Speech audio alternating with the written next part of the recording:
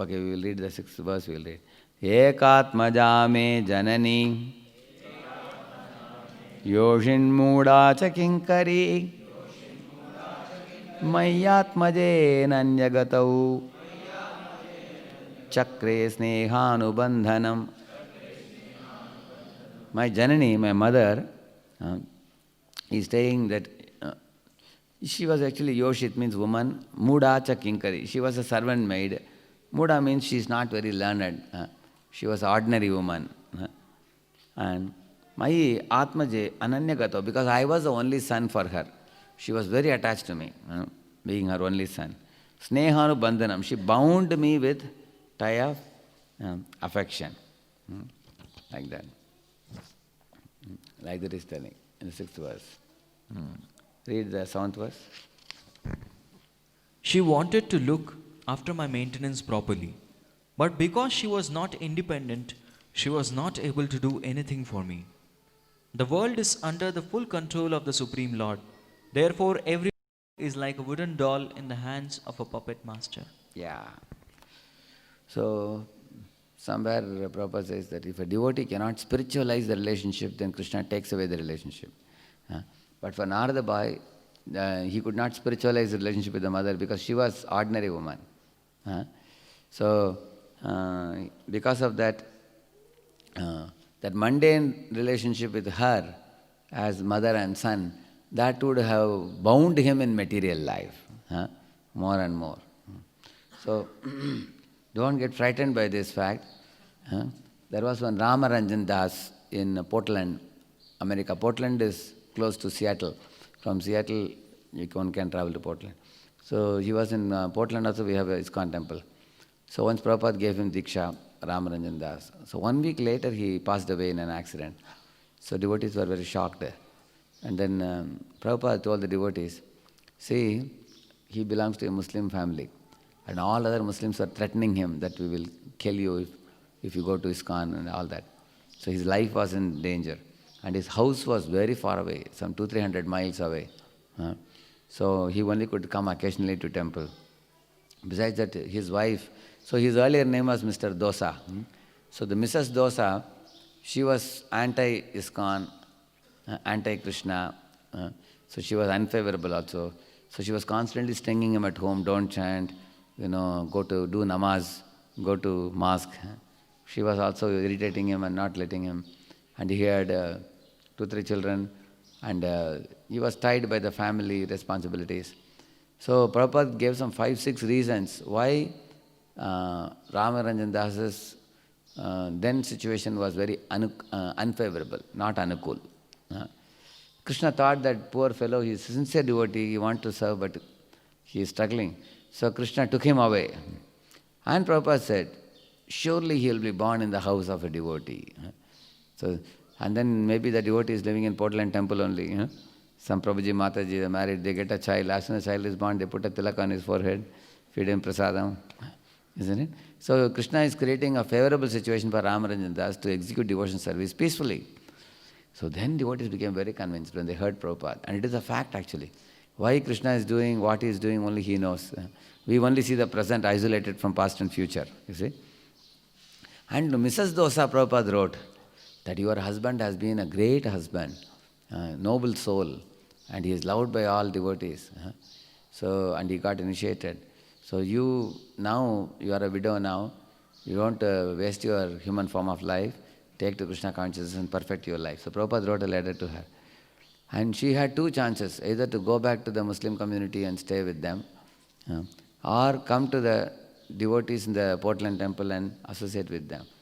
So she found that out of the 2, she preferred to come to devotee Sangha. She found the devotees completely non-exploitative and friendly and welcoming. And then she came, within next 3 years, she became 1600 devotee. She advanced also, which was almost impossible before when her husband was there. So in this way, what Krishna does, he has a greater plan than what we can conceive of. So we should not try to speculate and worry about why Krishna is doing this, why Krishna is doing that. Yeah.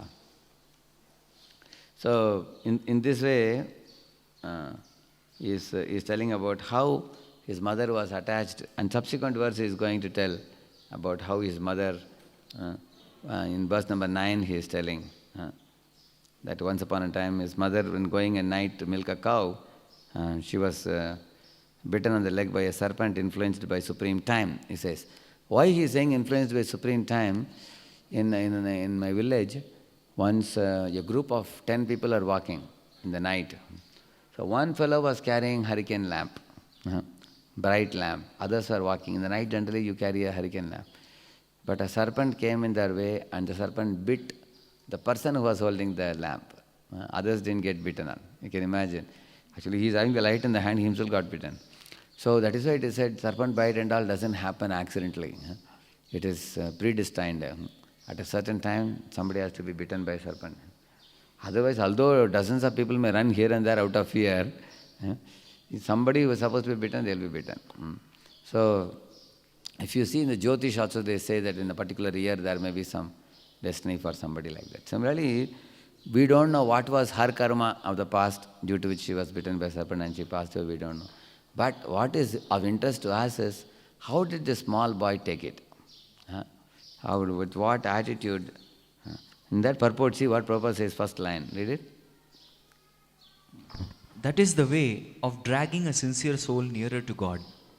The poor boy was being looked after only by his affectionate mother, and yet the mother was taken from the world by the supreme will in order to put him completely at the mercy of the Lord. Yes.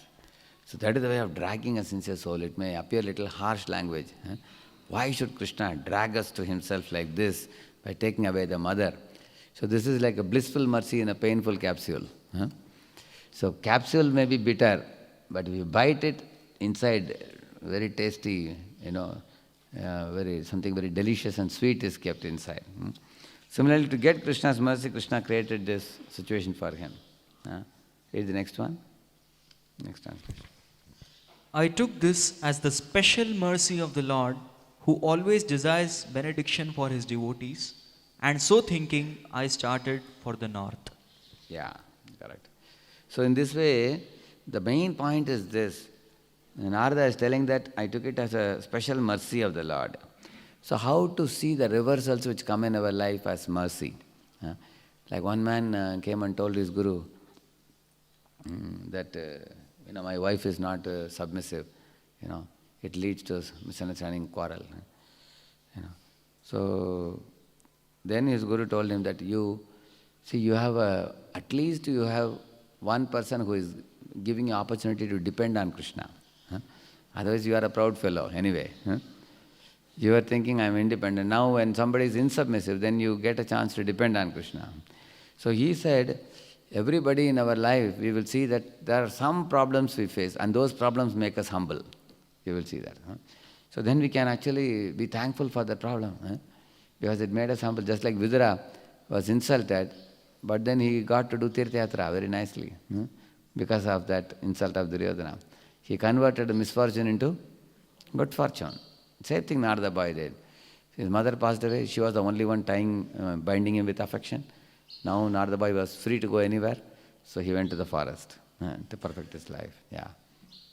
So in this way, he is saying that a devotee's way of reciprocating to suffering sent by Krishna is to see it as special mercy. Another thing we can understand in this episode is, we should never remain in the comfort zone. If you are in comfort zone, then Krishna will feel pity for us. This fellow has begun devotional service, but he has become stuck in between. He began in a nice way. Initially he was enthusiastic. Now he has become too cozy and comfortable. So let me give him a pinch. So Krishna will give us a pinch, then we may jump up from where we are. Then we may want to advance in spiritual life. So there is a tendency to become stagnated in spiritual life over the years.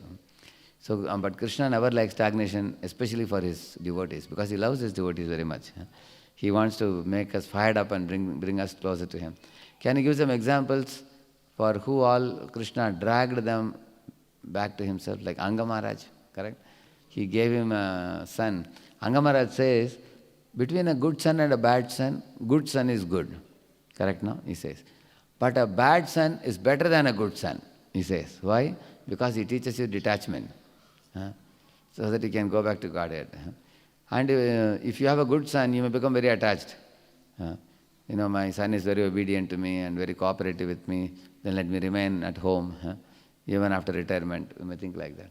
But a bad son helps you to leave home and run to forest. You develop very powerful detachment.